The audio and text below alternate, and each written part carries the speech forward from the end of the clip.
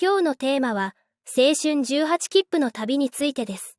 日本の鉄道には、ちょっとユニークで、とても人気のある切符があります。それが青春18切符です。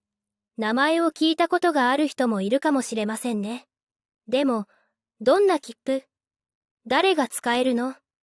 どうやって使うの？と思う人も多いと思います。今日は、この青春18切符について、詳しく、そして優しく説明していきます。使い方やメリット、デメリット、おすすめのルート、旅の楽しみ方などを紹介しますので、ぜひ最後まで聞いてくださいね。まず、青春18切符とは、JR が出している特別な切符です。この切符を使うと、JR の普通列車と快速列車に、一日中何回でも乗ることができます。乗り放題というわけです。でも、青春18って聞くと、18歳しか使えないの？と思うかもしれません。実は、年齢は関係ありません。誰でも使うことができます。10歳でも、50歳でも、80歳でも OK です。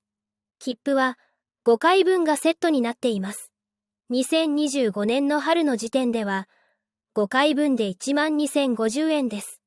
つまり、1回あたり2,410円になります。これは、かなり安いですよね。普通に電車に乗るよりも、ずっとお得です。では、1回分というのは、どういう意味でしょうか。1回分は、1人が1日中 JR の普通列車と快速列車に乗れるという意味です。例えば、あなたが今日1日中、日本中の JR の普通列車に乗っても、2,410円だけです。とても自由な切符です。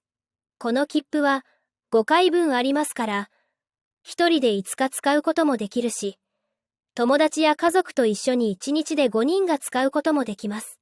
例えば、5人グループで日帰り旅行をするとき、この1枚の切符で全員が電車に乗れます。ただし、この切符は1年中いつでも使えるわけではありません。使える期間が決まっています。春、夏、冬の年に3回だけです。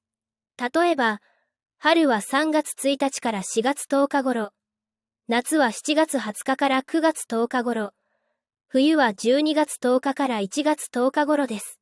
次に、青春18切符のメリットについてお話しします。一番のメリットは、何といっても値段が安いことです。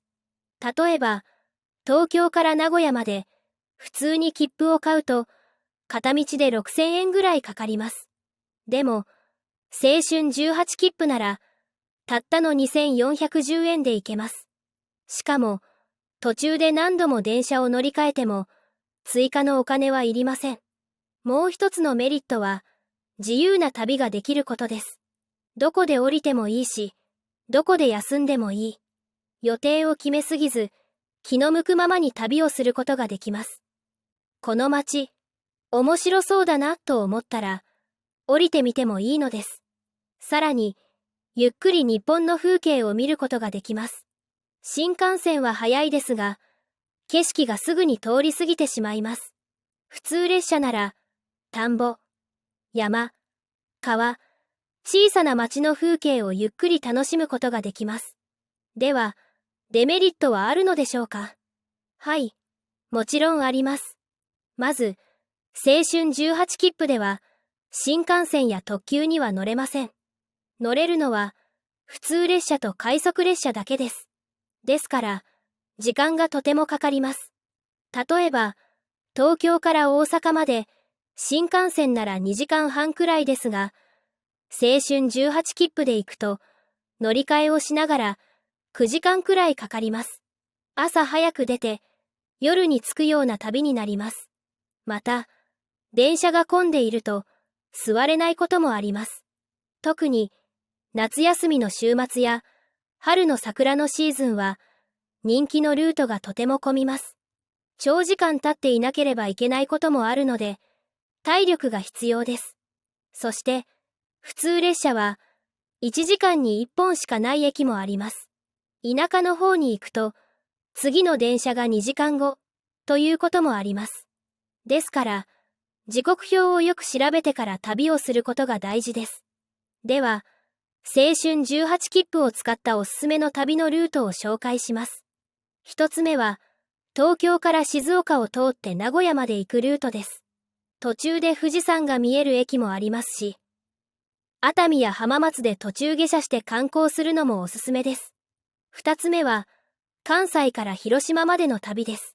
大阪を出発して、姫路、岡山、福山、そして広島へ。途中に姫路城や倉敷など、人気の観光地があります。歴史が好きな人にはぴったりです。三つ目は、九州一周の旅です。福岡からスタートして、長崎、熊本、鹿児島を巡るルートです。景色も食べ物もとても魅力的です。また、電車に長時間乗るので、食べ物や飲み物を用意しておくと安心です。小さな駅にはコンビニがないこともありますから、おにぎりやパン、飲み物などを持っておくといいでしょう。トイレについても気をつけてください。普通列車にはトイレがないものもあります。できるだけトイレのある電車を選ぶか、乗る前に駅で済ませておきましょう。そして最後に、青春18切符の使い方について少し詳しく説明します。この切符は自動改札では使えません。駅員さんがいる窓口で見せて、スタンプを押してもらいます。その日一日有効なので、朝から夜まで好きなだけ電車に乗ることができます。でも、一日の終わりはその日の夜12時までです。ただし、大都市では終電が終点に着くまで使える特別ルールがあります。例えば、夜11時に東京で電車に乗って、終点が深夜1時になる場合、その電車までは OK です。さて、今日のエピソードでは、青春18切符の旅について、たっぷりと紹介しました。安くて自由な旅ができる青春18切符。時間に余裕がある人、ゆっくり日本を楽しみたい人にとっては、とてもおすすめの切符です。観光地だけでなく、ローカルな街の魅力も発見できます。あなたも、ぜひ一度青春18切符を使って、日本を旅してみてくださいね。きっと、普通の旅行とは違う、思い出に残る体験ができると思います。それでは、今日のポッドキャストはここまでです。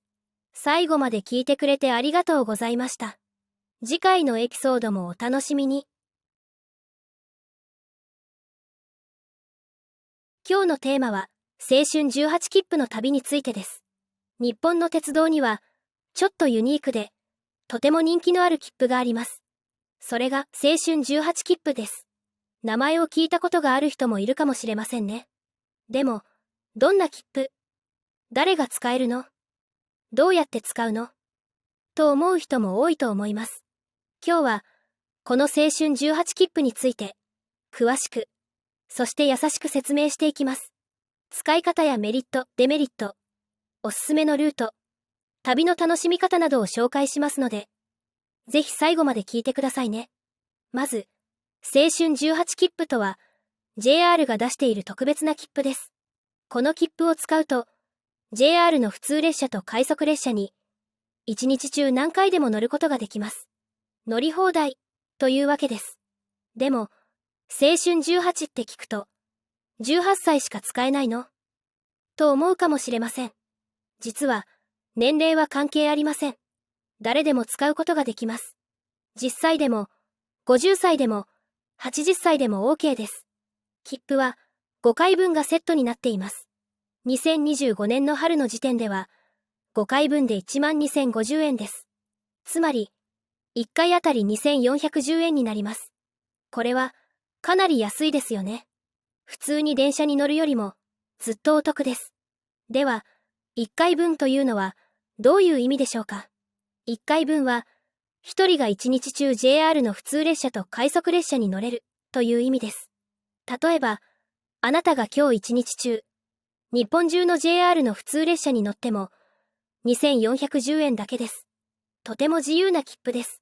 この切符は5回分ありますから、一人で5日使うこともできるし、友達や家族と一緒に1日で5人が使うこともできます。例えば、5人グループで日帰り旅行をするとき、この1枚の切符で全員が電車に乗れます。ただし、この切符は1年中いつでも使えるわけではありません。使える期間が決まっています。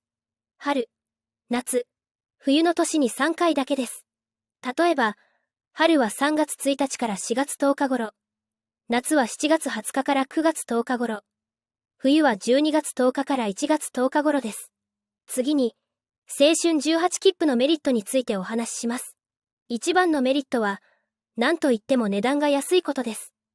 例えば、東京から名古屋まで、普通に切符を買うと、片道で6000円ぐらいかかります。でも、青春18切符なら、たったの2410円で行けます。しかも、途中で何度も電車を乗り換えても、追加のお金はいりません。もう一つのメリットは、自由な旅ができることです。どこで降りてもいいし、どこで休んでもいい。予定を決めすぎず、気の向くままに旅をすることができます。この街、面白そうだなと思ったら、降りてみてもいいのです。さらに、ゆっくり日本の風景を見ることができます。新幹線は早いですが、景色がすぐに通り過ぎてしまいます。普通列車なら、田んぼ、山、川、小さな町の風景をゆっくり楽しむことができます。では、デメリットはあるのでしょうか？はい、もちろんあります。まず、青春18切符では、新幹線や特急には乗れません。乗れるのは、普通列車と快速列車だけです。ですから、時間がとてもかかります。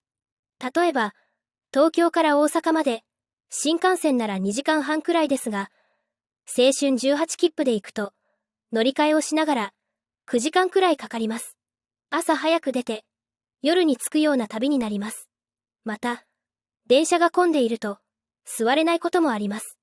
特に、夏休みの週末や、春の桜のシーズンは、人気のルートがとても混みます。長時間立っていなければいけないこともあるので、体力が必要です。そして、普通列車は、1時間に1本しかない駅もあります。